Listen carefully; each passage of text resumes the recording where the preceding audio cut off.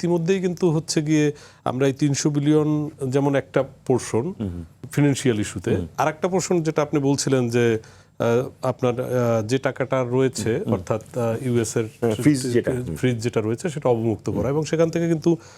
টাকা কিন্তু ছাড় শুরু করেছে তার $10 বিলিয়ন। কাজেই এটা একদমই আগেই আমার মনে হয় না যে ডিমোরালাইজ হওয়ার কোনো সুযোগ আছে। আর পুনর্গঠনের যে মানিটা আসবে সেটা কিন্তু শুধুমাত্র ইউএসএ না, সেটা লাতিন আমেরিকা থেকে আসবে, মধ্যপ্রাচ্যের অন্যান্য দেশগুলো থেকে আসবে,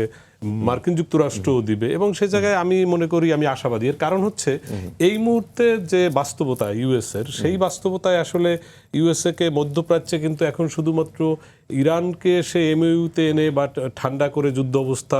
সার্ভাইভ করতে এইটা না, এর বাইরে কিন্তু মধ্যপ্রাচ্যের অন্যান্য যে দেশগুলোর সাথে তার এলাই ছিল তাদেরকেও তো তার কন্টিনিউ করতে হবে, এবং সেটা কন্টিনিউ করতে গেলে এখন ইসরায়েলকে রেখে তার মধ্যপ্রাচ্যকেই শান্ত করতে হবে, এবং সেই শান্ত করতে গেলে তাকে এই পুনর্গঠন করতে হবে। এবং উনি এতদিন যেসব এমটি রেটরিক আমরা শুনেছি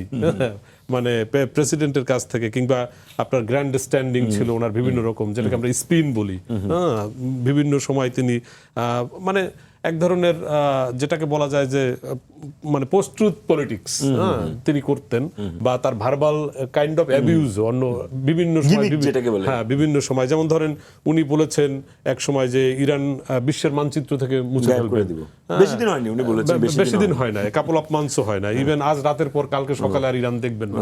পৃথিবীর মানচিত্রে। কিন্তু তিনি এখন বলছেন যে আসলে ইরানকে তিনি পুনর্গঠন তো করবেনই, এবং আমার ধারণা এটা হচ্ছে কি, আপনার ধরেন হিউম্যান সাইকোলজি যদি আপনি স্টাডি করেন, যে বিশেষ করে পলিটিশিয়ানদের কিন্তু এটা খুব ইম্পর্টেন্ট, আপনার কস্টিউম, বডি ল্যাঙ্গুয়েজ, তার সাইকোলজি, এগুলো পলিটিক্যাল সায়েন্সে আছে। তো আপনি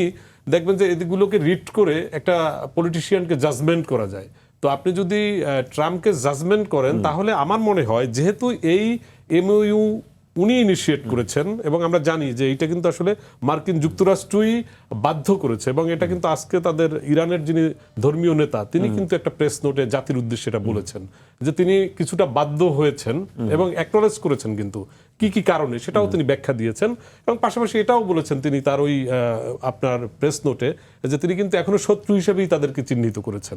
অর্থাৎ ওই 60 ডেজের আগে কিন্তু তিনিও ধরে নিচ্ছেন না। এই সব সত্য, কিন্তু পাশাপাশি এটাও সত্য যে মার্কিন যুক্তরাষ্ট্র এই মুহূর্তে তাকে যদি আপনার মধ্যপ্রাচ্যে যে অবস্থার মধ্যে মিত্রদের কনফিডেন্স ধরে রাখতে হলে, তার ইকোনমি ধরে রাখতে হলে, ইভেন সে নিজ খোদ দেশে তো এখন বিপদের মুখে রয়েছেন। কারণ